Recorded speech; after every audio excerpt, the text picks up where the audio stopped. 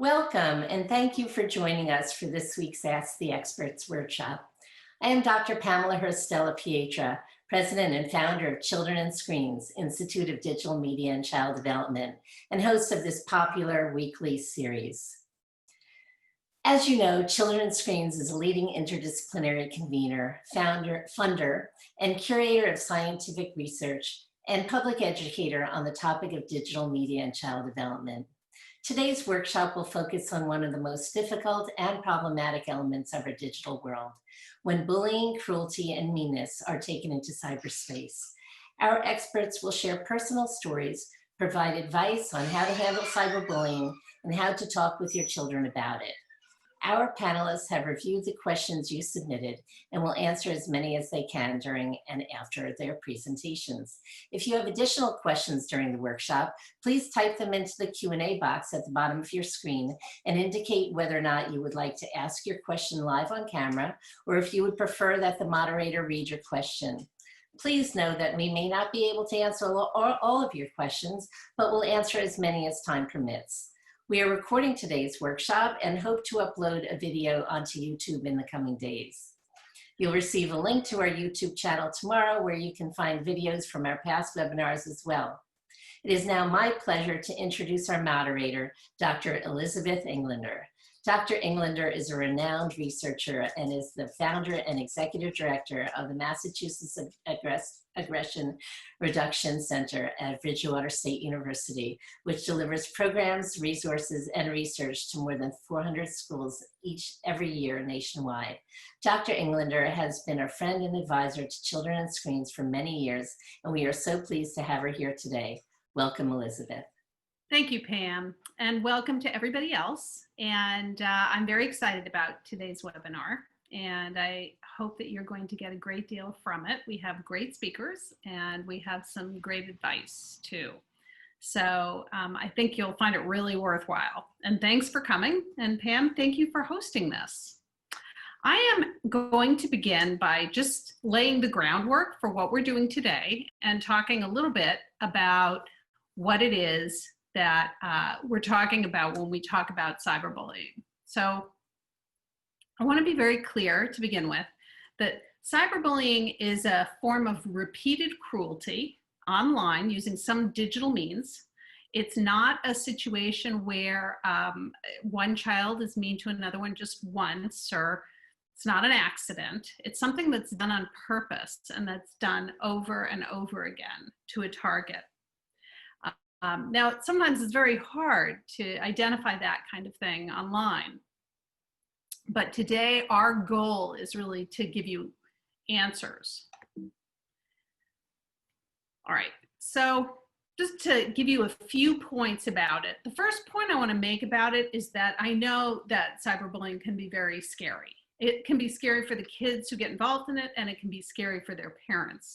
For the kids, the scariest thing about cyberbullying is usually the feeling that it's public, that it could be seen potentially by almost anybody. And this does frighten them. That's the main thing that they're typically concerned about. Parents usually are concerned about some other issues. So for example, if you're a parent and your child is a victim of cyberbullying, you might be very worried about it leading to depression. You might be worried about things you've heard or read, that it's even linked to suicide. These are very frightening things for parents. You also might worry that if your child's being cyberbullied, then, or if they're engaging in cyberbullying even, then there might be content that occurs that could come back to haunt them later. So you might be worrying about that kind of thing. One of the questions is how much of this is hyperbole? Now I think these fears aren't false. I think that they're quite real and quite understandable, but I will say that I think media reports of cyberbullying have really focused on these very difficult situations to the point where it may feel as though it's more likely than it really is in reality. And I think one of the goals here today is to really help parents understand that this is a problem, a social problem that we can cope with. It's hurtful and disturbing. It's not always catastrophic, though. Just a few basic facts about it. Cyberbullying is not a universal behavior. It doesn't happen to every child, but it's not rare either. About 17% of kids, between 17 and 20% of kids will say that they've been cyberbullied in a given month. If you ask older teenagers, have you ever been cyberbullied? About 37 to 40% will say yes. And that's about as common as getting a speeding ticket. So that'll kind of give you something you can wrap your mind around.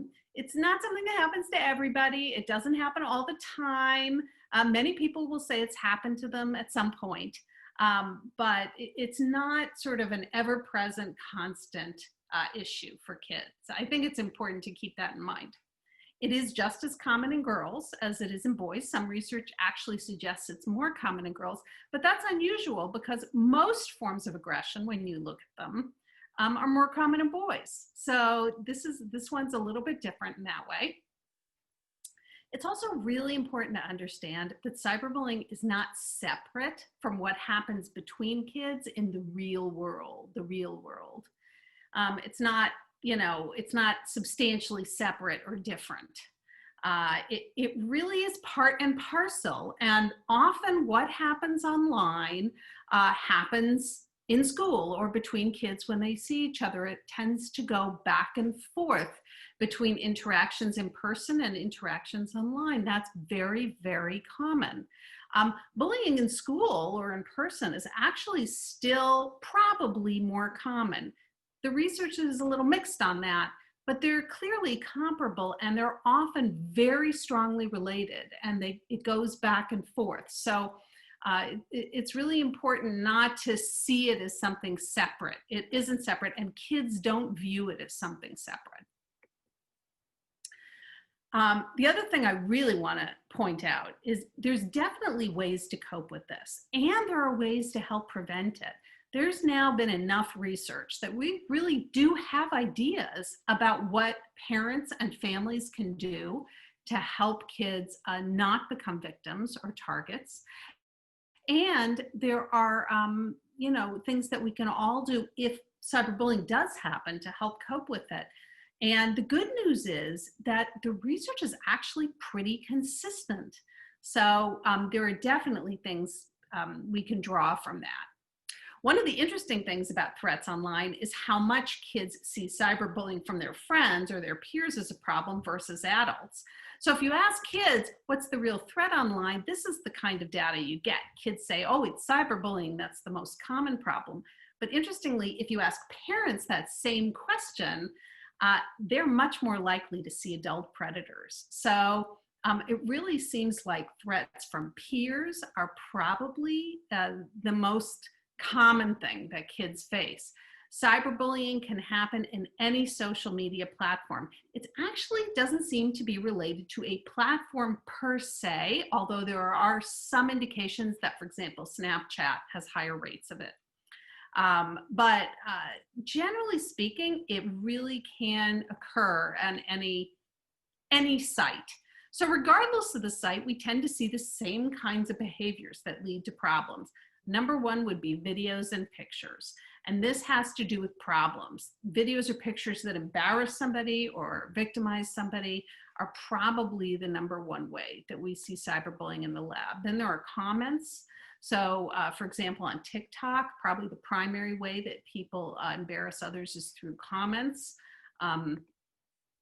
There's hostile confrontations. People are much more likely to be confrontational online than they are in person. And kids are like that too. And by the way, kids are very well aware of this. So a lot of these issues are things we can talk about with them because they're very aware of it. And then rumors and gossip. Rumors and gossip are a huge, huge issue and very, very common. And kids tell stories about each other. They talk about other people. It's really hard to get kids not to gossip about each other. It's actually hard to get adults not to gossip about each other. So it's really important to understand how challenging that can be. Finally, I do want to point out that bias between kids when it comes to cyberbullying is substantially increasing. In the last couple of years, since 2016, we've noticed a dramatic increase in bias based on things like race, ethnicity, family status, and we really all have to be aware of this as parents, because this is something we need to make sure to nip in the bud in our own kids. Just a few quick things, and then I'm going to be quiet and we're going to go to our next speaker. One of the important points to understand about cyberbullying is that it doesn't take place in a vacuum.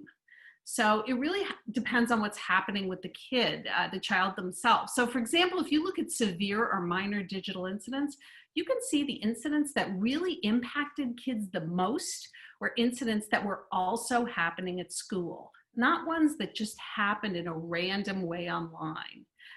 If it was repeated, it was definitely more hurtful, but the really hurtful stuff are the things that happen online and in school or in person.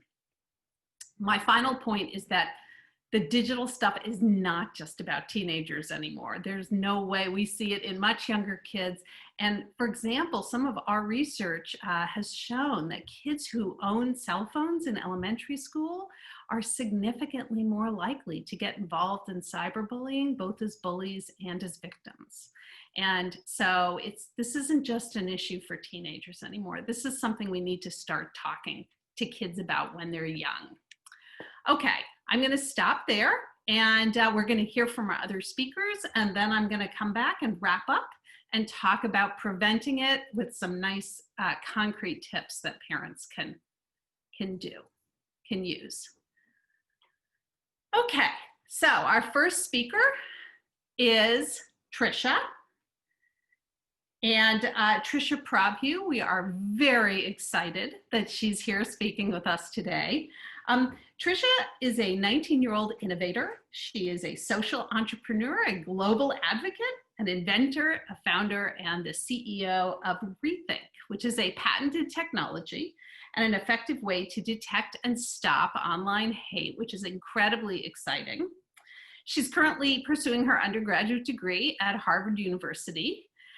But she snuck away between her classes to come and be with us here. So Trisha, we're really excited to hear from you. So why don't you go ahead and take it away. Fantastic. Thank you so much, Elizabeth, for that very complimentary introduction. And thank you to Children and Screens for having me today. I'm very excited to be here and to be talking about what is an increasingly pertinent and pressing topic, especially as a new school year kicks off. So welcome to everyone. As Elizabeth said, my name is Trisha. I am a junior at Harvard studying computer science and political science. And I'm also the founder and CEO of Rethink, a patented app that detects and stops cyberbullying at the source before the damage is done. I'm here today to talk a little bit about my personal experiences in the cyberbullying world, being a victim, observing it happening to my friends, and to bring a youth perspective as someone that has grown up in a world where all I've ever known is technology. I've never known what it's like to not have a phone or not be able to access the internet and look things up and not be able to connect with my friends over social media. So hoping to bring a little bit of the youth perspective, talk about my personal experiences, and then finally wrap up with what I learned from my experiences in the world of cyberbullying and what I would offer to parents as advice when it comes to things that you should be talking to your child about, things that you should be thinking about, and key youth takeaways on this problem. So I'll start by talking a little bit about how I first got involved kind of in cyberbullying and how it first happened to me. So I actually grew up in a suburb of the city of Chicago. I'm a very proud Chicagoan. I was born and raised in this area. And when I was, when I was very young, 10 years ago, we were one of the few families of color on the block. That those demographics are starting to change now. But when I was growing up, it wasn't uncommon, for people to look at me, kind of oddly as I was walking down the street, just because, I was a person of color and I stood out. And as every young girl knows, standing out is one of the worst things when you're 10 or 11 years old. When you're 10 or 11, every day, every little thing can feel like the world is ending, right? It can feel like just an absolutely horrible thing. And, when you have that kind of mentality paired with feeling like an outsider and having young people remind you that you're an outsider, it can be a very deadly mix. And so unfortunately, in school, I faced a lot of bullying, lots of, do you eat curry all the time? And, you look like a monkey, lots of racial slurs, a lot of that bias that Elizabeth was just alluding to in her presentation. And when we all got phones, and we got them pretty young, I got my first phone when I was 6 years old, if you can imagine it. And it was a slider phone because I'm young enough or at least I'm old enough rather, to have remembered what those looked like. But we got phones, and by the time I was 8 or 9, I had an iPhone, and all my friends did too. It was very normal. We stayed home from school. Our parents wanted us to have some way of being able to connect with them if we needed trouble. So we all had phones. And so when we got those phones, that was when the bullying that had been happening in person, the slurs, the comments, suddenly transitioned to cyberbullying. And for almost 6 months, when I was 11, 12 years old, I was genuinely afraid of my phone. And I know that can be hard to conceptualize in your mind. How can you be afraid of your phone? When it would ding and I would hear the ping because I had just received a message, I remember being afraid, feeling my heart constrict. What was this next message going to be? And I received all sorts of terrible comments. Sometimes people posing as other people and playing tricks on me. My social media was, it was every single message was just, another person. Sometimes I didn't know who because it was anonymous. Or it was pretty clear who it was, but there was actually no way, because the account was anonymous, to actually, point the finger at someone. And being 11 and 12, of course, I was embarrassed. And so I didn't tell my parents. It's really hard when you're 11 to have a conversation with your mom or dad and say, hey, mom, I'm the least liked girl at school. I just thought you should know. It's hard to have that conversation. And so I hid it for a very long time. And my grades started to slip. I was just less engaged in the extracurriculars, the activities, the things that had meant something to me. I didn't talk to my parents as much about what was happening in my life. And eventually they started to notice. Eventually I was worn down by everything that was happening to me. And eventually I told them. And the cyberbullying finally, after 6 months, came to a close. But, many years later, after, 2 or 3 years later, after I had, finally put those experiences behind me, I decided, okay, it was a horrible, horrible thing, and I'm just going to forget. Like a lot of victims, I just wanted to forget. I read the story of another young girl who had almost the exact same thing happen to her. So much similarity in the stories in terms of the type of cyberbullying and, the things that had happened to her, how long it had gone on, how old she had been. Except her case, ended much more tragically because she didn't have the same resources. She didn't talk to her parents. And it was much, much, much more prolonged. In my case, it was 6 months. In her case, it was 1.5 years. I remember thinking, something is wrong here. We have to do something about this. And I knew as a young person with perspective on this issue, I had the potential to also do something about this on this issue, in a way that perhaps adults couldn't because they didn't really get it. And so I decided to be an upstander, not a bystander. And that is how my work with Rethink, which Elizabeth talked a little bit about, began. That is my story. That is how I got here. And that is how I know what it's like to be 10, 11, 12, 13, a teenager today with a phone, and just how scary it can get. My advice, the things that, I wish that, parents had known, the things that I wish my parents, had known, talked to me about, had talked to, my cyberbullies and my perpetrators about. There are a couple kind of lessons, takeaways that I want to share. One is civility is something that needs to be taught. I think a lot of parents assume, kind of right or wrong, morality, what's good, the golden rule. That's kind of enough, and kids will absorb and pick up on it. It's something that, just kids, they understand as they get older. And perhaps that's true. And maybe you've had a conversation with your child about, this is good and this is bad. And, you shouldn't say mean things to other people, which is all great first steps. But having a really targeted, serious conversation about civility and civility online is so important. And your kids are probably ready to have that conversation. Even if you think that they're too young for it, or they're not thinking about these kinds of things, or it's not, it's not pertinent to them. They're only 10, 11 years old. 10 and 11 years old is when kids are getting on social media nowadays. It's when they're getting their first phones. And it's when they're unfortunately, they're starting to interact and, communicate in ways that can sometimes be really hurtful to young people.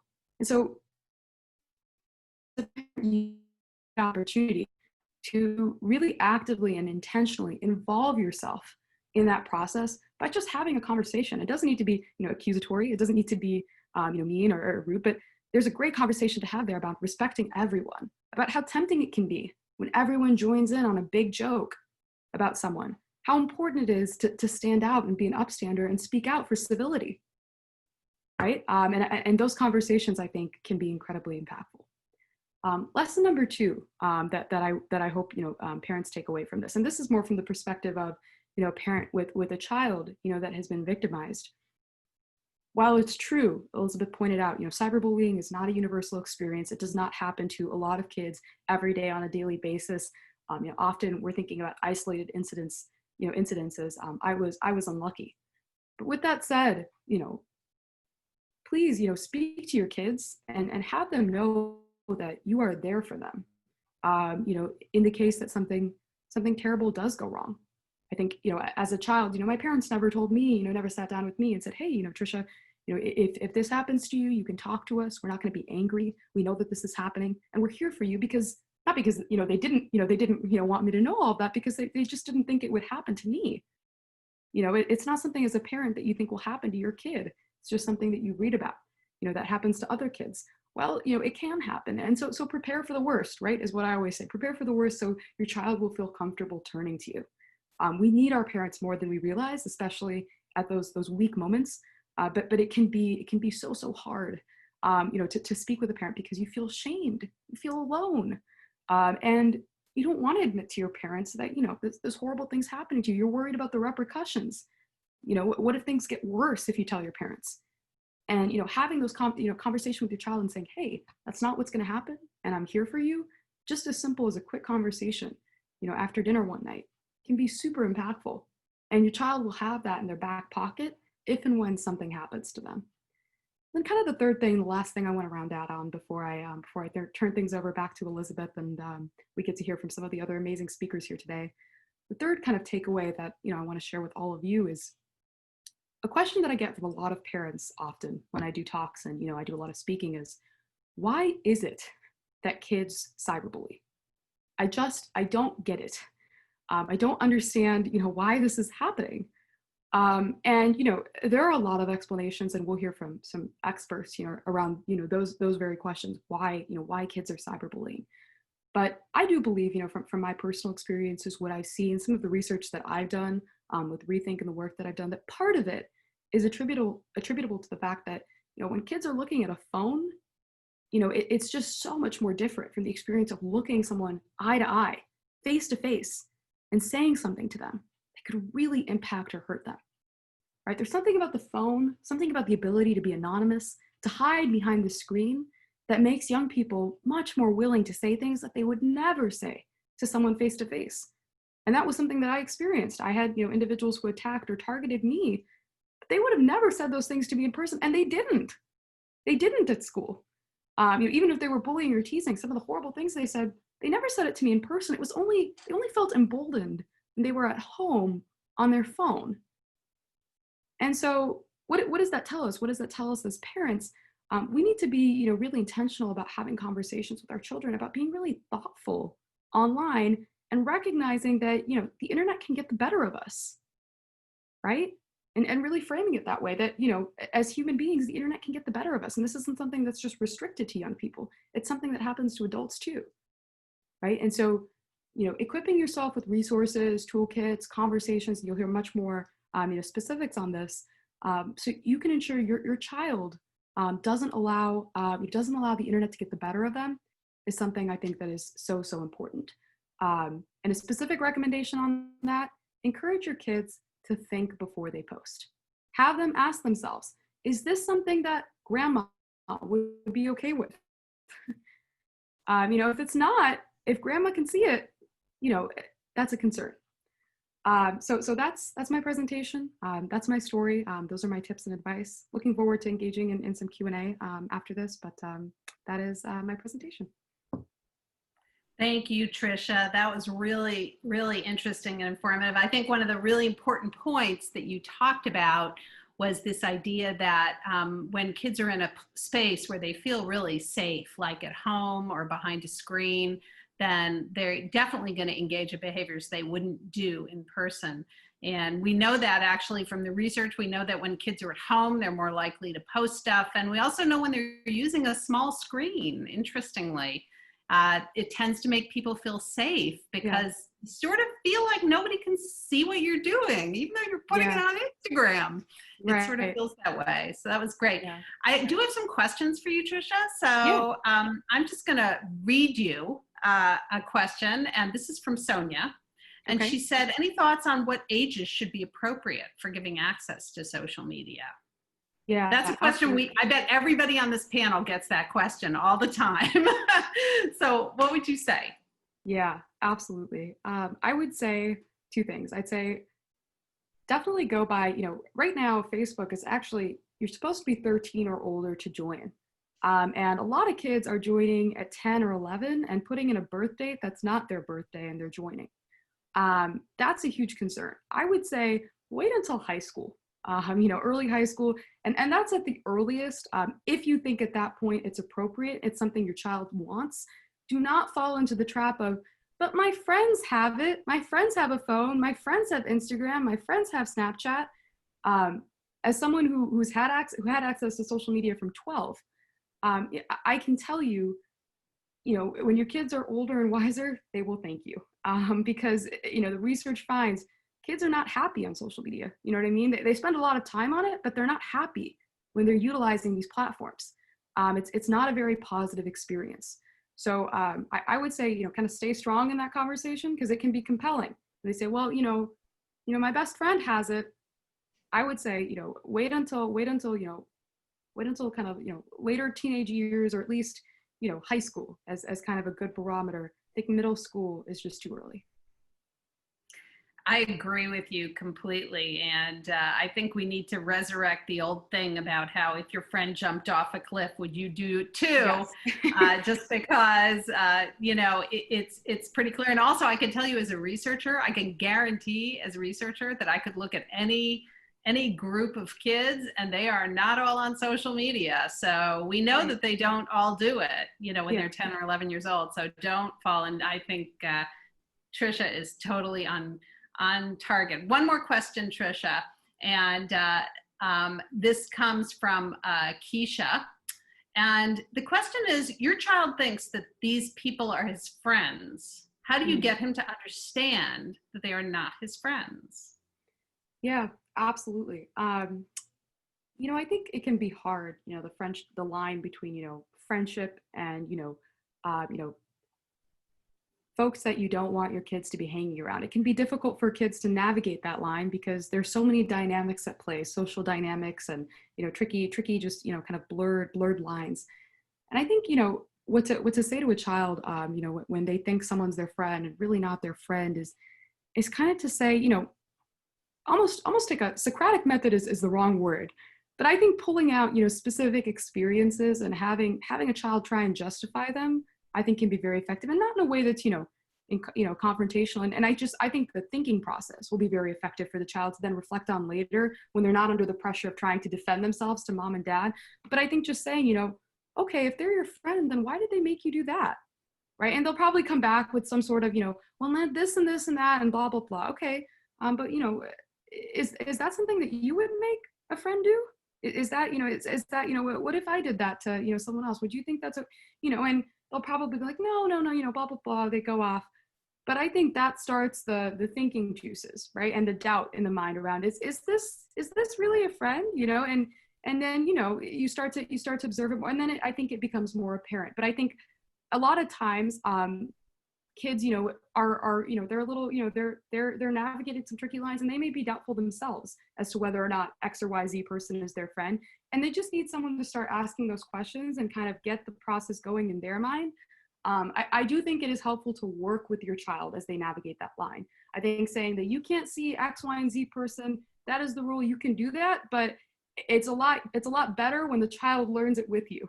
So even if you're going to do that, at least try and make it a learning collaborative process where child is learning with you that this person is not their friend, not only because it'll be more effective, you know, when you say this person's not your friend, but also because it'll help them down the road when they're trying to navigate in life. And this is a skill we use for years and years. In their circle and Great points, Tricia. Thanks so much for your input. And I think planting those seeds is a lot about parenting preteens and teenagers, just planting the seeds. So our next speaker, I'm very excited to introduce her. This is Dr. Melissa Faith. And Dr. Faith is a clinical pediatric psychologist. She's specializing in hematology and oncology at Johns Hopkins All Children's Hospital. Dr. Faith has worked on cyberbullying and peer victimization for 15 years, and her research interests include emotional socialization, social adjustment, and sibling adjustment during and following childhood chronic illness. I think that's really interesting. I think we don't pay enough attention to siblings and sibling relationships and how incredibly profoundly those impact kids. So Dr. Faith, we're really happy to have you. Thank you for coming. Take Absolutely. it away. Thank you for inviting me. Let me share my screen here.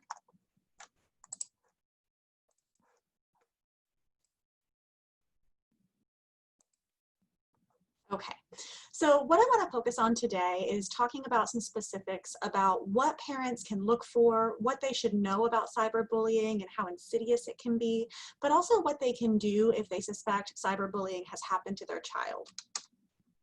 Again, we'll very quickly talk about how to recognize cyberbullying, what it is. We'll talk about short and long-term psychological consequences, and we'll talk about how to prevent and navigate social media. A little bit of background about me. I do clinical work, so I see patients and I do research, and so I'm going to try to bridge those things together as best I can and give you some examples as well. When we talk about traditional bullying, a lot of times we use the word peer victimization. And like you heard earlier from one of our speakers, there are lots of different things that go into the kind of bullying that's truly most harmful to kids. Things like it being on purpose. It's not that somebody accidentally got left out, it was on purpose. It's repeated over time. And so it's not just one incident, it's things that happen over time. There's a power difference between the victim and the person who did the bullying, whether that power difference is because of social status or physical stature or intellect or any of those sorts of things. And peers support it. They might not support it by championing the bully and by saying, good job, bully, but they support it in other ways, by not standing up, by being a quiet bystander, by maybe laughing and giggling alongside the bully, maybe even because they're scared that they're going to get bullied. But then cyberbullying is a kind of a unique, special thing that's come up over the last decade or so. So cyberbullying is anything that happens over computers, cell phones, electronics, social media, iPads, anything at all that's happening electronically. Most commonly, it's going to be things like text messages, using websites or social media apps, having different types of posts. That's what it usually is. And usually it'll be things like spreading lies or rumors, saying mean and hateful things to each other, or posting pictures or videos that either the victim would not want to get out or that are unflattering. Less commonly, but still importantly, sometimes it can also be where the bully is pretending to be somebody they're not. So perhaps creating a social media profile, pretending to be the victim even though they're not, or pretending to be somebody the victim knows even though they're not. As you heard earlier, the estimates of how many children are cyberbullied at some point during their childhood vary. And the statistics really depend on how you're defining cyberbullying, what age groups you're looking at, what counts and what doesn't count as cyberbullying. So the estimates are all over the place, 5 to 40%. Probably that 35 to 40% is more realistic as to how many kids will be cyberbullied at some point before they're 18 years old. And there's some evidence that girls may be more likely to be cyberbullied, but again, that evidence is mixed as well. So how is cyberbullying different? You've heard a little bit about this already. First of all, the bullies have the option oftentimes to be anonymous. They can create fake profiles. They can hide behind their keyboard. They're not having to look at somebody face to face.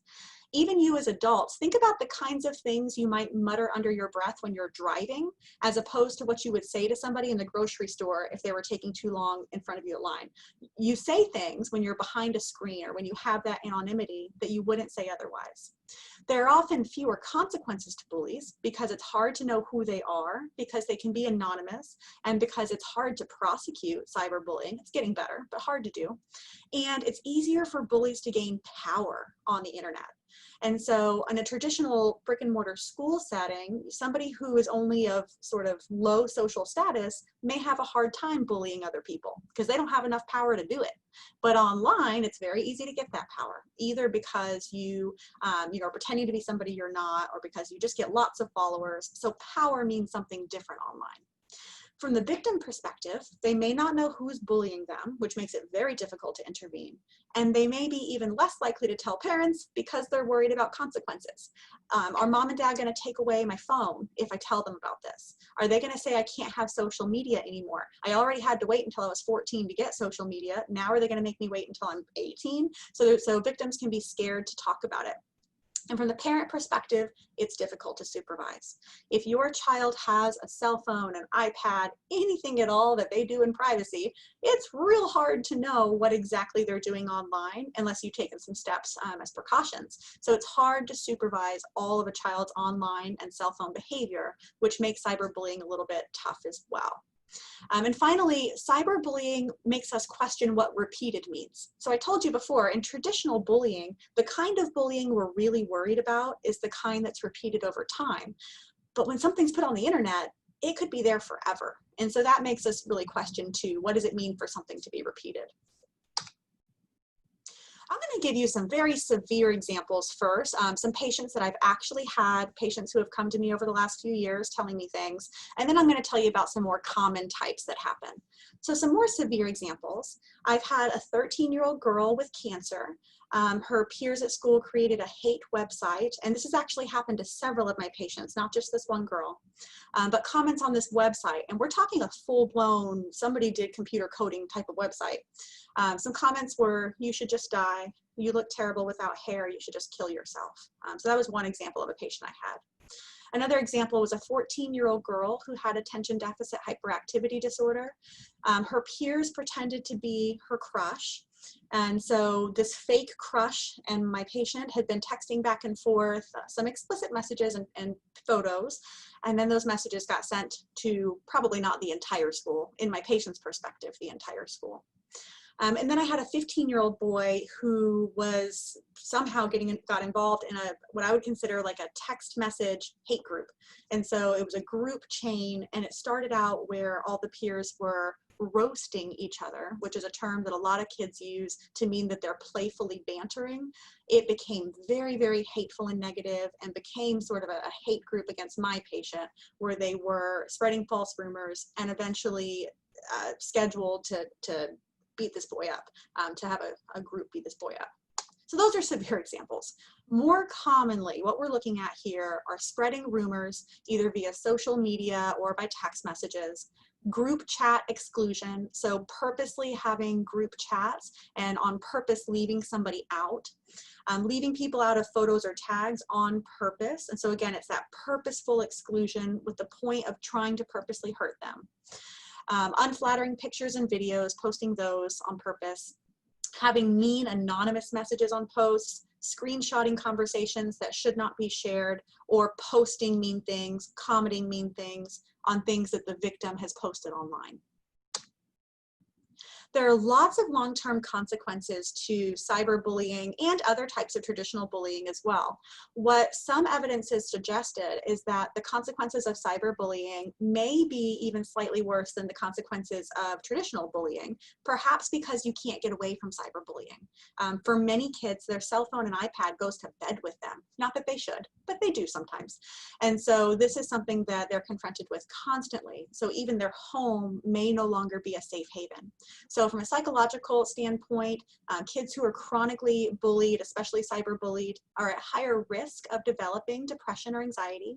higher risk of behavior problems, including problems with substance abuse or legal problems or getting in trouble at school.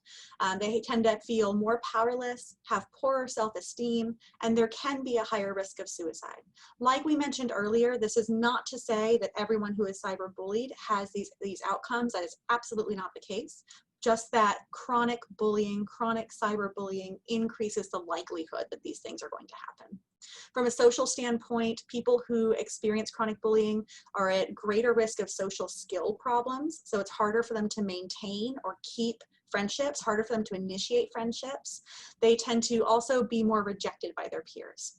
From a physical standpoint, a lot of times kids who are chronically bullied are at risk of developing new physical complaints. Often this is because of things like anxiety and stress, so stomach aches, headaches, things like that. But if the child already has a chronic disease or chronic illness or disability, they're also more likely to develop exacerbated symptoms from that. So for example, if I'm working with a child who has some sort of a chronic illness that makes them fatigued, then if they're also chronically bullied at school, they may be more likely to develop things like aches and pains or even worsened fatigue, things like that.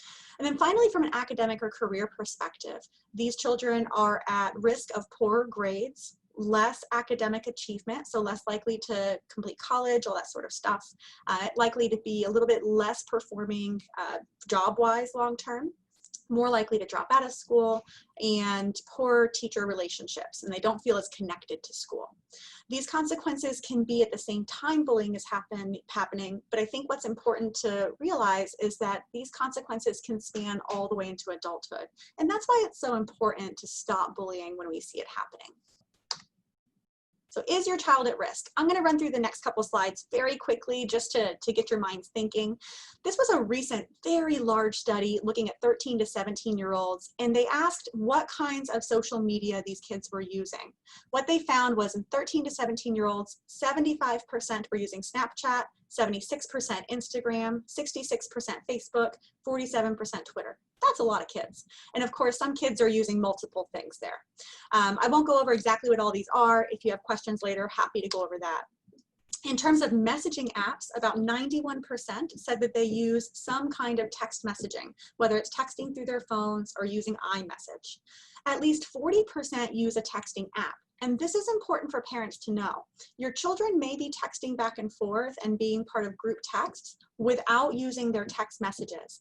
And so I think it's important for parents and their adolescents to set up a relationship of trust where we know what apps are on these kids' phones. So messaging apps like Kik, WhatsApp, GroupMe, Line, and Viber are all text message apps that they can use that do not use their data plan. So you might not even know that they're using them. And then Facebook Messenger, about 27% were using that. And then very quickly, a lot of these children are also using live stream video. So 13 to 17-year-olds in this study, 76% were using video chat sometimes. 44% were live streaming. That's where you are videoing yourself and it's immediately uploaded without any editing or any way to stop it. It's immediately going onto the internet. And the common live streaming apps are YouNow, Periscope, Facebook, and Twitch for gaming. So all that is to say, many of our adolescents are at risk. Younger children as well, as cell phones become more common in elementary school and middle school, but certainly our adolescents. So let's talk about preventing cyberbullying. The first thing that is imperative is setting clear rules with your kids about what's allowed, what's expected, and what's not, and to develop a relationship of trust. I like to tell my parents who I work with that things are okay as long as you're honest, consistent, and there's trust. So if I tell my child, if you do this, there will be a consequence, here's the consequence, my child already knows what I'm going to do. It's fair. If my child knows that I'm going to be checking their apps or I'm going to be checking their social media, it's fair because I've already told them that I'm going to be doing that. So the big thing is trust, letting them know that what you're doing. Consider their age and maturity. If you are going to give things like iPads to a younger child, I recommend bookmarking websites that they're allowed to use and perhaps initiating some parental controls or monitoring. And so you know what they're doing. There's monitoring software that can tell you things as vague as what websites they went to or as detailed as keystrokes, which that's a little much. But either way, as long as there's some way for you to monitor those younger children's activities. For older children, I'd say other sorts of monitoring are important. So it's okay for you to require your children to make you one of their friends on social media. And it's okay to set up rules for your children that they're not allowed to block your access to things. It's also okay and recommended that if you're going to allow your kids to have social media, set up those accounts with them as an opportunity to talk about what is okay to share and what's not, but also so you know their passwords. And I recommend that parents have a rule that children are not allowed to change their passwords, or else they'll lose access to the social media. And finally, communicate what your values as a family are. You know, in this family, we don't post things that are XYZ because that goes against our values. In this family, this is what's important to us. So I'm going to go through these very quickly. Some examples of things that you may choose to not allow. Nude photos or sexual messages. Even if your child is a wonderful, obedient child, it's still important to say these things out loud. Geotagging, this is where your specific location is uploaded directly into social media, and so everyone knows where you are or are not. Personal things that you wouldn't tell your teacher, and so I like to tell kids, if this is something you wouldn't want your English teacher to know, you shouldn't put it on social media. They're not allowed to change their passwords, they're not allowed to download new apps or create secret accounts, and not allowed to delete posts or messages. That anything that is said online should remain there. Things that you might want to tell them you do want, personal conversations, things that are going to have sensitive information, only do those on the phone or in person. Don't do those sorts of things over text message because they can be screenshotted and that's not great. Saying things like, in this family, we are not on our phone during dinner and we put our phones away after 9. So having some clear expectations about time. You can say, I expect you to have fewer than 2 hours per day on your phone. And there are some apps you can download for phones that will tell you how much time somebody spent on the phone and what they were doing during those time slots. And then make sure your children know that they will not get in trouble if they need help, even if they've made a mistake and broke another rule, that you want them to be able to come to you for help. Things that parents can do, look for warning signs. If your child changes all of a sudden, so they all of a sudden look irritable or angry or sad or worried, all of a sudden they don't want to go to school, all of a sudden they don't want to go to football or dance or band practice, all of a sudden they're losing things at school, they bring things to school and it's not there anymore, they don't want to go to their friends' houses, they seem to be fighting with their friends, they look sullen, or every time their phone beeps they kind of cringe a little bit. Any of those sorts of things might be an opportunity to talk to your child. And when you do, you want to ask questions. Of course, you want to ask what happened, who was there, were they your friends or were they not your friends? But also, how did you feel?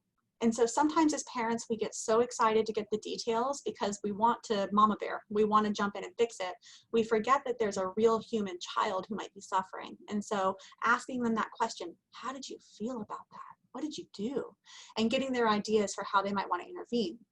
I also recommend for parents to think through how you're giving your child support. So of course we all want to support our children. You wouldn't be on this webinar if you didn't. But really think about the difference between listening and intervening. Sometimes the thing to do is not to jump in immediately and try to fix it.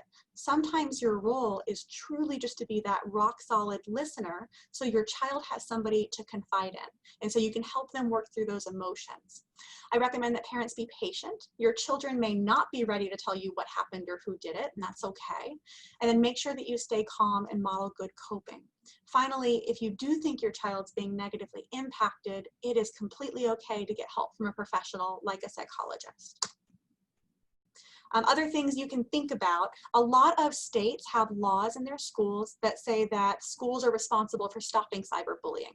So that's just something to be aware of if it needs to raise to that level. And some types of cyberbullying may even be criminal. So for example, nude photos of a minor, threatening people via text message or social media, or getting other people to commit violence or harm. All those things are illegal. So those are just things to think about. Enhancing protective factors. So if you think your child may be cyberbullied or may have chronically been cyberbullied, other things for parents to do is to be as supportive and consistent as you can. Again, rules are okay. Even if your children hate it, strict rules are okay. Just be consistent. Make sure they can trust that you're going to follow through. Make sure that you're modeling how you want them to share on social media. You know, some people are oversharers on social media. We all know that. Model for them what appropriate sharing is and what kinds of things you'd want to use social media for. Make sure that your children have some sorts of activities that are extracurricular. It doesn't have to be an organized sport, but something that gives them an away from school and from their phones. Fostering best friendships. And so even children who are bullied for a long time, as long as they have at least one best friend, they tend to do better. And then encourage healthy sibling relationships. So children learn a lot from their sibling relationships. And one of the things we know is that if one child is always winning over the other, or one child is bullying the other, that can have negative consequences too. So you want to promote healthy sibling relationships as much as you can. If you need more information, I'm going to leave this slide up for a couple minutes, but otherwise that concludes my part of the talk. Hopefully I didn't go too much over my time.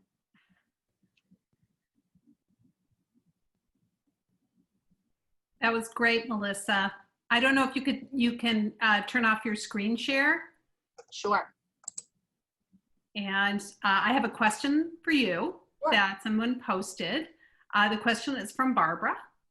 And you did a lot of really great tips there. You're definitely someone right after my own heart, because I think I often say pretty much the same thing. Barbara's question is, which is really interesting, is what do you do when you learn from your child that a friend of your child is posting inappropriately on social media? So I would say, first of all, it depends on what kind of inappropriate. It depends if it's actually dangerous or if it's just morally something that wouldn't align with your family values. If it's dangerous, certainly we take that immediately to whoever we need to take it to. So we might contact their parents, we might contact the school, we might contact, if it's dangerous, we might contact the police. So if it's dangerous, that's a different category. But if what we're talking about are things that are just morally reprehensible, things that are vulgar or things like that, my recommendation to parents is usually to use it as an opportunity with your children to just be supportive, but also to communicate your family values. You know, I wondered if we could talk a little bit about why that is concerning to me, Josh. You know, in this family, I always try really hard to make sure that our family is kind to people and that we're very accepting of people. What do you think about that? And I call that kind of the third option. There's some literature on that if anyone's interested, but it's this idea that we can communicate our values without telling our kids what to do. We don't have to continue on by saying, and I don't want you to be friends with them anymore, or you have to unfriend them. We don't have to take it to that level. We can just communicate our values and start a dialogue with our children. So that would be my recommendation. And I hear from parents, you know, but I think that other kids' parents would want to know. That may be true, but that might not be your role. Your role may be to communicate your own values to your child and to help your child grow into the kind of adult you want them to be. Great points. And, you know, I'm not sure it's so different from other issues where you find out kids are doing things that are questionable or dangerous. There's lots of areas where you might hear about that. And I'm not sure it's really so different when you're talking about doing something sort of inappropriate or silly on social media. You know, there's all kinds. I remember clearly once hearing about a couple of boys in my neighborhood who used to sled right under a metal gate. And like that kind of situation's easy. They could kill themselves if they picked up their heads. So I told their mother, but you know, there were plenty of other times when I didn't. So I think Here in Florida, we have some neighbor boys who were feeding alligators because we're oh yeah, okay. in sort of situation. What's wrong with that? Yeah. Okay. That's a great idea. All right, so I am going to wrap up with a few tips, and then we have some more questions that we're going to go through. And please remember that you can post a question in the Q&A box if you like, and we will try to get to it. I don't know if we'll get to all the questions, but we will certainly try. So I'm going to wrap up with some tips, and some of my tips might be a little redundant, because Melissa and I are kind of cut from the same cloth, but we'll see how it goes. So let's talk about first I'm going to separate it into two things. First of all, preventing cyberbullying, and secondly, coping with it. So let's talk about preventing it. The first thing I really want to point out is that one of the things that's really come to my attention in my research is that parents can get really bogged down in myths. So if you believe a myth, it might not only be not useful, it might actually prevent you from having the self-confidence that you need to help address things. I'll give you an example. One of the myths that many parents have is the idea that they can't help their kids with issues like cyberbullying because their kids are better at computers than they are. And so they don't have the self-confidence to help their kids with a technological issue. So that's a myth, because when you really look at their research on cyberbullying, one of the things you see is that it really doesn't have much to do with technology per se. It happens on technology, but it's, kids are good at things like knowing what button to push. But what they're not so good at is making social judgments, saying things like, how will that person feel if I post this funny photo of them? Those are the kinds of questions that are really important. When you're thinking about preventing cyberbullying, you're talking about making a judgment, making social judgments. And so don't get bogged down in this myth that you don't have anything to contribute. You have a lot to contribute, and it's really your life experience that's going to help your kids make those social judgments. Another myth is the idea that if your child makes even one small error on social media, their life is ruined. And this can provoke so much paralyzing anxiety. So it's really important, I think, to understand that social media is not going to easily ruin your child's life. Kids make mistakes. And I think one of the things that we're all learning as a society is that even on social media, they make mistakes. And the goal is to learn from those mistakes. That's always the goal, to maybe get a better understanding of what their family's values are, or to use a mistake as something you can talk about with your child. It's a really good idea to emphasize healthy use of screens and strong social skills, because these are the kinds of things that we know help avoid cyberbullying. So having conversations about screen safety and your kids' relationships with their friends. How are things going with your friends? What are they doing? What are you guys all doing online? What are you really enjoying these days? And those conversations are really, really, really important. I'm going to give you a list of a few of the most common things that we really see seem to help kids understand how to use social media in a way that is safer and healthier. So, for example, try to avoid misunderstandings by being really careful about what you're saying. There's plenty of kids who say to us things like, oh, I didn't mean to do that, or I didn't intend for it to come out that way. These kinds of things, misunderstandings, we hear about constantly in the lab. So let's all urge our kids to really think about, what words do you choose? Make sure people don't misunderstand you. And if you think it's going to be hard to communicate this through digital means, then talk to them in person or call them on the phone, like Melissa pointed out. Don't gang up on people with others. So don't get into a situation where you have a friend who you think really expects you to be mean to somebody else because they're mad at them.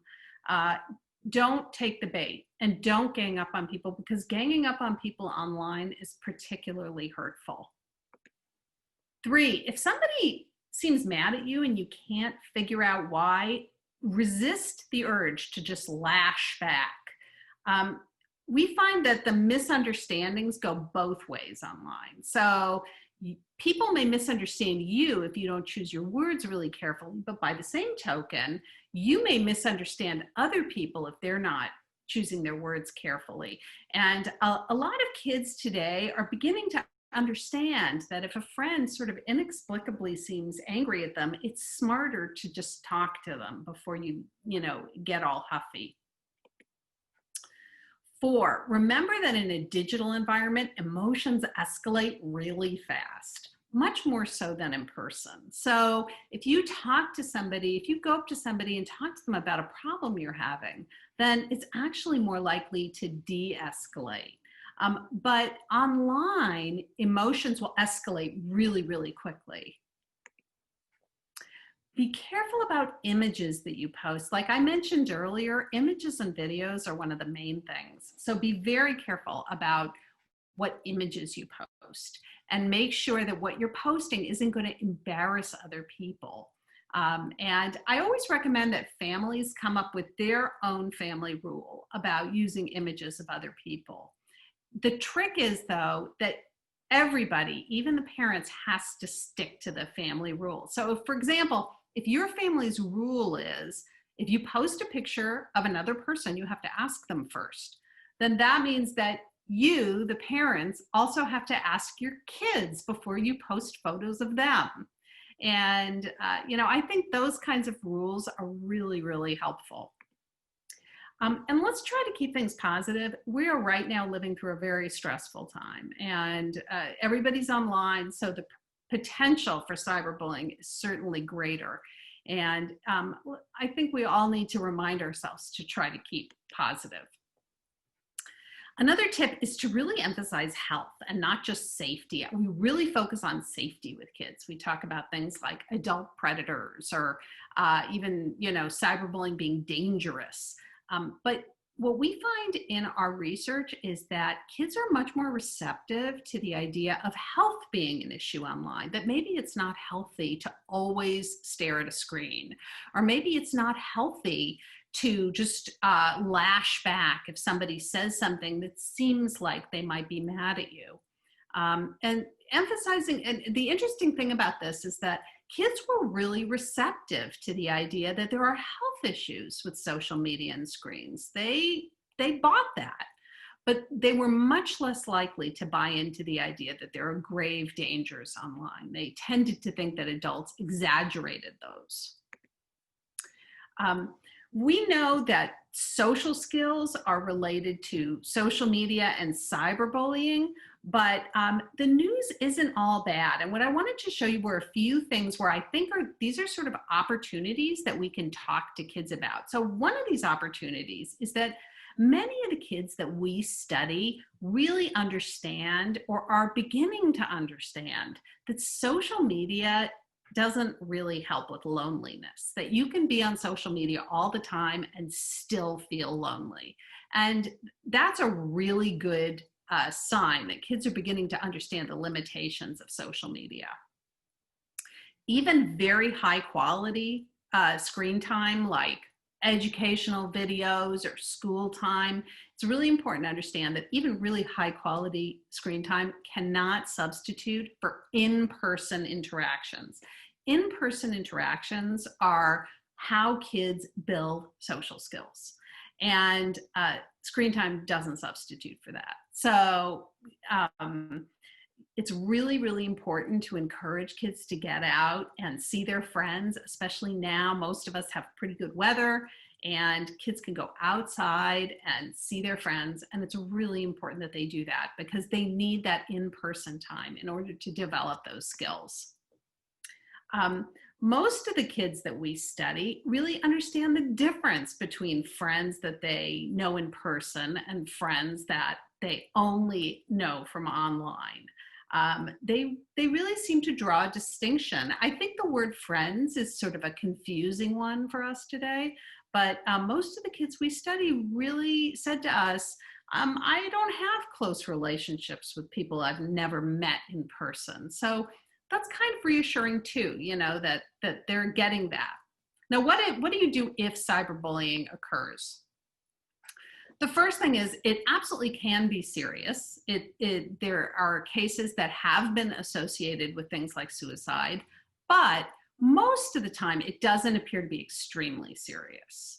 And we can use that. Now, this is sometimes in contrast to how kids describe it to us. So we see a lot of hyperbole when kids describe it to us. And they are often very upset about it in the moment. But what's really interesting is that after the fact, they often describe cyberbullying as not necessarily the biggest part of a bullying problem, that it was happening in school as well. And that was what they were more concerned about. Not always the case, but often the case. Don't push punishment above all your other priorities. You know, when we asked kids who were cyberbullied, what did adults do that really helped you? Very few kids, only 7% of the kids said, oh, they punished the bully, or they really pursued that cyberbully and punished him. That was what really helped me.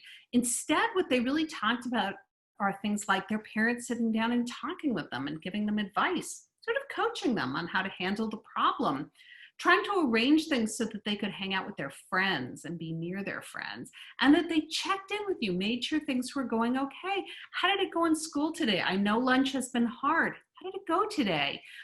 Did you sit with your friends? What did you do? And what worked? And talking about strategy and really thinking about ways to bolster your kids.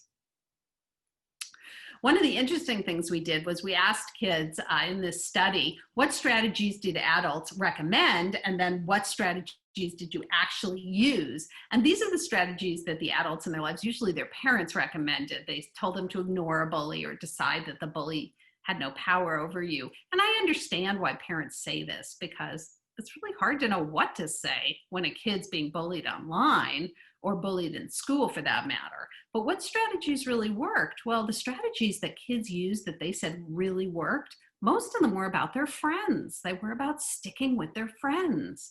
And it's really interesting that a lot of the strategies that kids identify, targets identify as most helpful, aren't strategies that really focus on the bully. They're really strategies that focus on building up the target. Saying, you know something, there's a lot of people who really care about you. And maybe this person who's being mean to you isn't so important. If your child asks for confidentiality and the situation isn't a dangerous one, then you could respect that confidentiality, but coach them on how to cope with it. So you don't always have to get another child into trouble. Although obviously if the situation is severe or ongoing, repetitive, then you should. But you can always coach your child. It's not just getting another kid into trouble is your only option.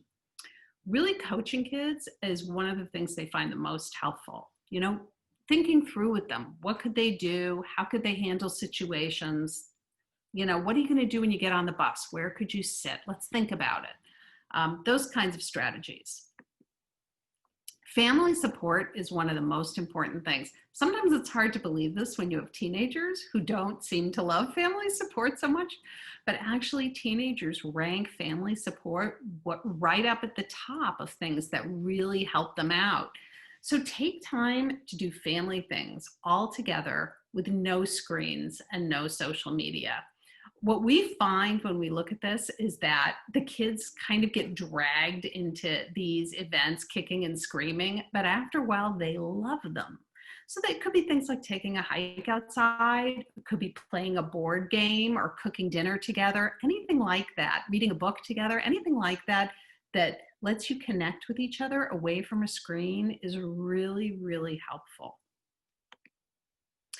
Are you going to let the school know what's going on? Yeah, you should. Now, I want to be clear here. Schools don't have jurisdiction over Snapchat or Instagram. They can't make cyberbullying go away. But there's a lot that they can do to help. If you're going to work with the school on cyberbullying incidents, understand a few things. First of all, they can't tell you anything about another parent's child. That's confidentiality law. It's not the school's law. It's the state law and a federal law. And so if they say, I can't tell you about this other child, they're not stonewalling you. They're really genuinely not allowed to. They're following the law. But they can't always discipline. Because if it's happening online, they may not have the jurisdiction. A school can't punish a child for what they do on Instagram, but what they can do is support a victim, and they can watch and see what's happening at school. So for example, if your child's being targeted on Instagram, it may be that the child who's responsible is also being mean to them at school, in which case the school can intervene. And even if they can't intervene, even if it's only happening online, any school can say to a target, listen, we are here for you. You want to talk? Our doors are open. Come talk to us. We understand that this is happening and we want to support you. And that support can actually be worth quite a lot. One of the important things to remember, though, is that mobbing online never helps. Mobbing online is occasionally a reaction that kids or adults could take, which is where they sort of form groups dedicated to bringing someone else down. So for example, this could happen in a town to school personnel who, somebody becomes mad at someone who works at the school, or somebody becomes mad at someone who is a neighbor of theirs who's employed at Google, or somebody gets mad at a police officer, things like that. And they form a group sort of dedicated to bringing that person down. That's what we call mobbing. And it can feel like social support, but it's actually really a destructive tendency. So if you see it happening, I wouldn't engage or have anything to do with it. I think that it's really a better thing to steer clear of. Keep an eye peeled for signs of depression, and Melissa went through those really well, so I'm not going to. One of the interesting things about depression, I just thought I would show you, is that we were talking with our subjects about the impact, how depressing it can be to see sort of happy social media pics all the time over and over again. And about half of the kids in our study knew that social media pictures tended to be fake, that they weren't like everyone's not so happy all the time. But interestingly, about more than half of the kids who knew it was fake said to us that those pictures still really had an impact and sort of made them feel depressed sometimes anyway. So sometimes doing social media, I think, and seeing sort of happy pics of other people all the time can make depression worse. Most important thing, and I'm going to close off on this, and then we can take a few questions, is to talk, talk, talk. You can actually, in my opinion, forget almost everything that we talk about here today if you just remember to keep the lines of communication with your kids open. Ask them how things are going with their friends. Ask them how things are going online. Ask them what they're up to. Ask them, tell them about a case you heard about that worries you. Ask them about these things. We know that parents who talk with their kids have kids who listen. So we asked kids if their parents ever talked to them about issues around socializing and cyberbullying and digital problems online. What we found is that about 45% of the kids in our study said their parents never talked to them about these topics, never. But of the kids whose parents did talk to them, about 2/3 of the kids said, my parents said had a real impact on me. They didn't always tell their parents this, but they did tell us this, that, it really did have an impact. So talk to your kids and plant those seeds, get them thinking about things. And in that way, hopefully they're going to begin being more thoughtful about what they're doing online and how they're managing their screen time and their socializing. All right, so that's our website, and that's my contact information. And that will be available at the end if anybody wants it. I'm going to stop sharing my screen right now, and we can answer some of the questions that we have. And you can feel free to post questions in the Q&A box, and we can answer them. Please let us know if they're for a particular panelist.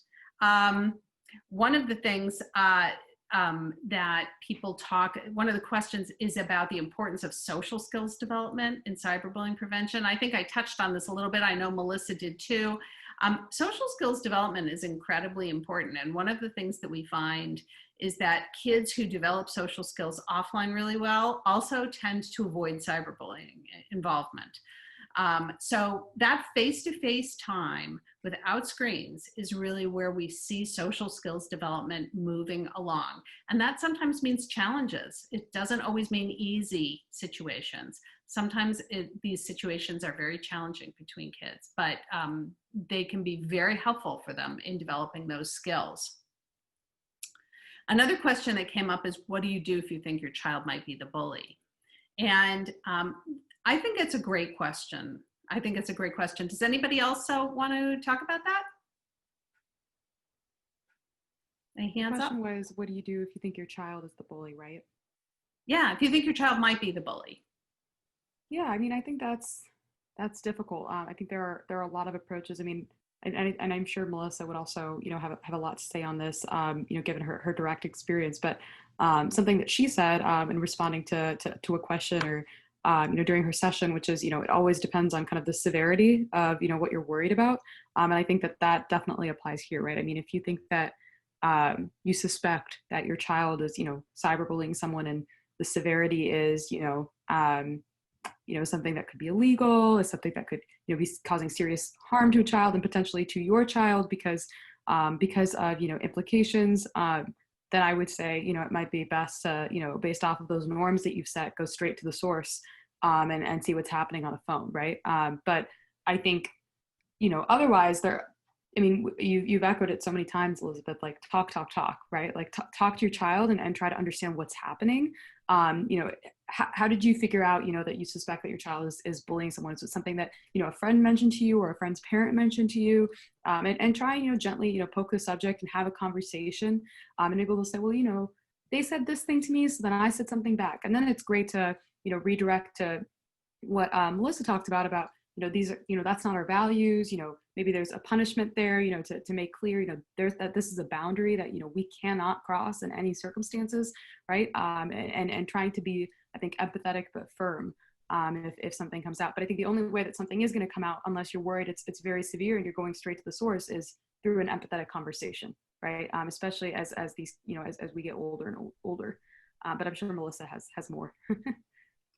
I would say communicating values is one of the most important things, depending on the severity and the chronicity. So how long it's happening and whether simple interventions like talking about values has worked or not.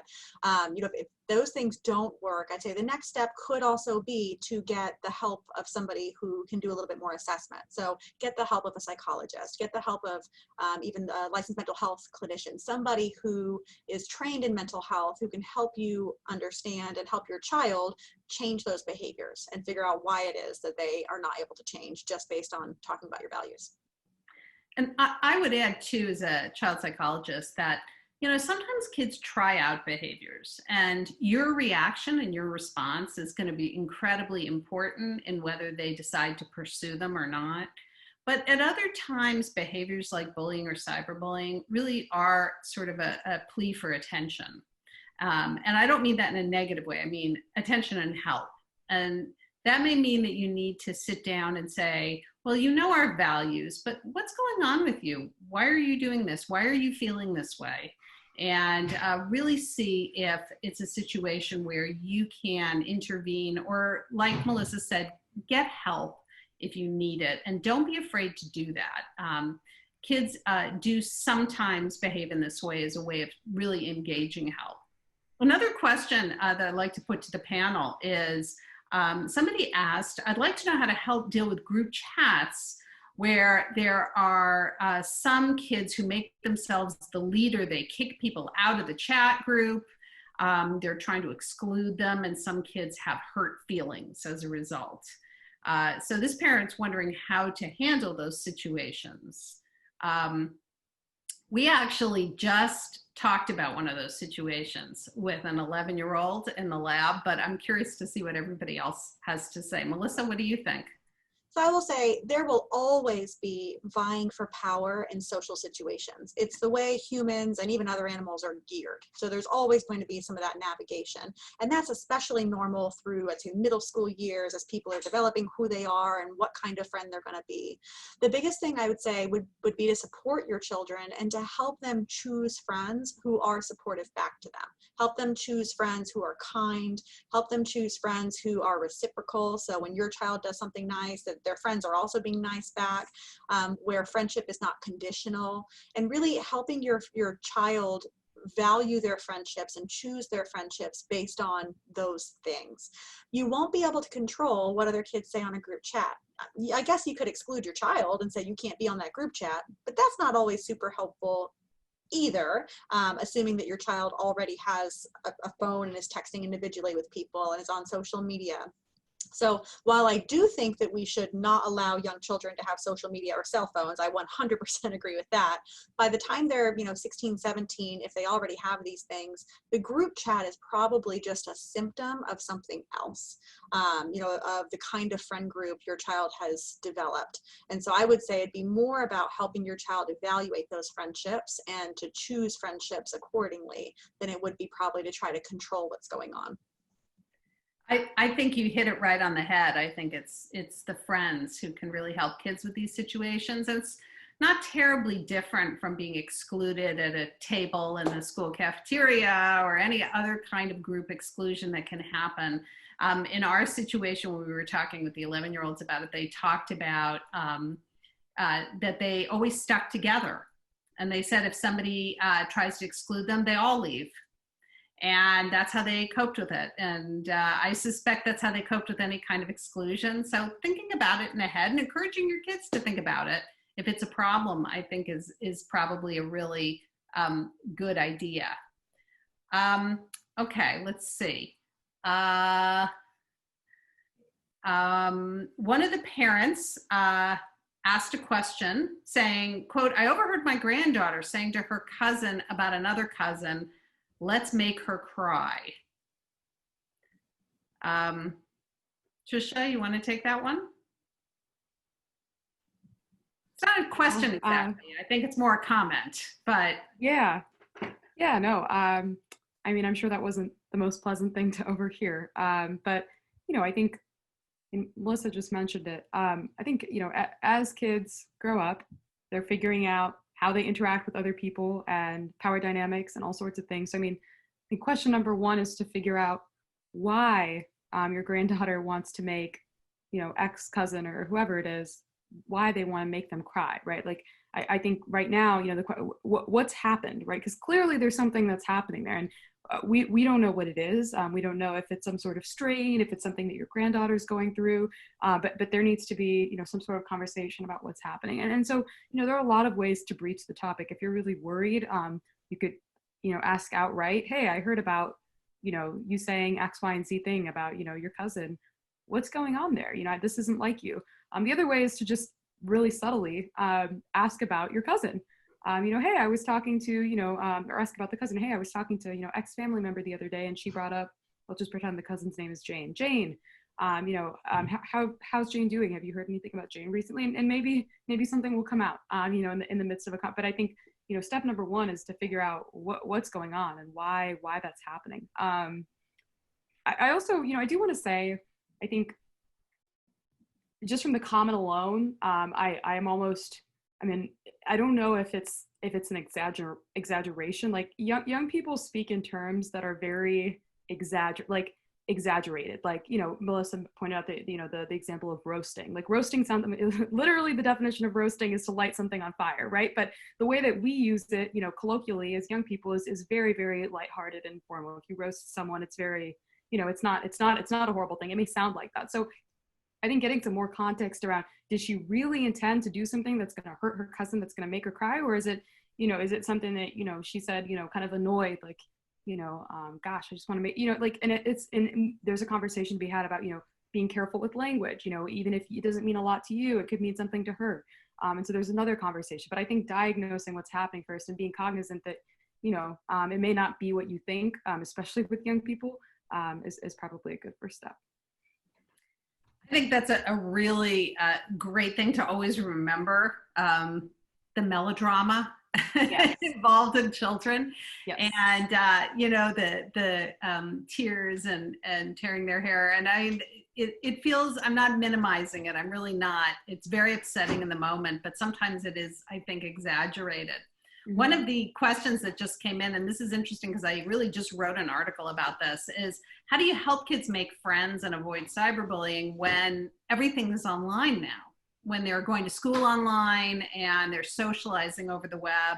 And I think the answer to that is that we're going to have to become a lot more proactive about seizing the moments that we can seize when people are together. So that might mean, while the weather's good, telling your kids to go outside and see their friends outside, or setting up, if they're younger, setting up outside play dates for them while the weather's good. Or it could be a situation where you say, you know, we can eat dinner together as a family every night and we can put down our devices. By the way, in our research, we found that eating dinner as a family was directly associated with a reduction in being involved in bullying and cyberbullying. So it's definitely worthwhile, and even if it's just for that reason. But so seizing those moments when you can be together and build on social skills as much as you can. Driving somewhere in the car, don't stare at screens. Make sure you talk. And having family dinner, things like that, I think are really helpful. Melissa, do you have any other things you can think to add to that? Sure. So I have a number of patients who are dealing with this, and most of my patients also have either cancer or a blood disorder. And so now they're stuck at home, online school, and have no way to socialize with friends. I've had some patients who have been very creative about this, who have either in their classes, in the group chats that they're allowed to have through their online classrooms, have developed study groups. That can be a way to form new friendships, or who have joined online forums to learn a new skill. You know, there are some groups where, a good example, I have one teenager who joined this online learning community to learn about computer coding. I have another teenager who joined an online community where they draw characters from their stories that they've written, because they're writers, and then they draw each other's characters. And so they try to make the characters better or funny or things like that. And so she's met some people doing that. So I think there's some creativity to be had here as well. I'll also say, although I love public school and private school and kids being able to have all those socially normative interactions, I think that's a very important part of development. I will also say that there are some forums through some homeschool co-op type things too, that sometimes will figure out ways to get kids together in a way that's socially distanced and safe. That's great. Thank you so much. I want to thank the entire panel. This was a really great webinar, and I also want to thank Children and Screens for sponsoring it and taking the time to develop it. I'm going to hand it back to Pamela to wrap us up since we're out of time. Pam? Yeah, well, thank you all for coming and for participating in such an important discussion. And thank you, Elizabeth, Tricia, and Melissa, for all of your advice and expertise. And thank you also for sharing your stories and concrete information so that others can learn. We hope that the conversation today has encouraged you to think critically about this issue and to start or continue conversations with your teens and tweens about cyber civility, especially now that school is starting again. Please share the YouTube video of today's workshop with your fellow parents, teachers, clinicians, researchers, and friends. And please follow us on social media at the accounts shown on your screen. To continue learning about this important topic, be sure to check out Dr. Englander's new book, 25 Myths About Bullying and Cyberbullying, available on Amazon, and Tricia's award-winning app, Rethink, wherever you get your apps. Additional tips on cyberbullying will be up on our website in the coming days. Children and Screens' discussions about digital media use and children's well-being will continue throughout the fall and winter with weekly Wednesday workshops at noon. We are off next week and hope you have a safe and relaxing Labor Day weekend. When we return, we will have a webinar on discussing race, social justice, youth, and the media. This is an important conversation you won't want to miss. It's on Wednesday, September 16th at noon EDT. When you leave the workshop, you will see a link to a short survey. Please click on the link and let us know what you thought of the workshop. Thanks again, and everyone, be safe and well, and a happy start to school.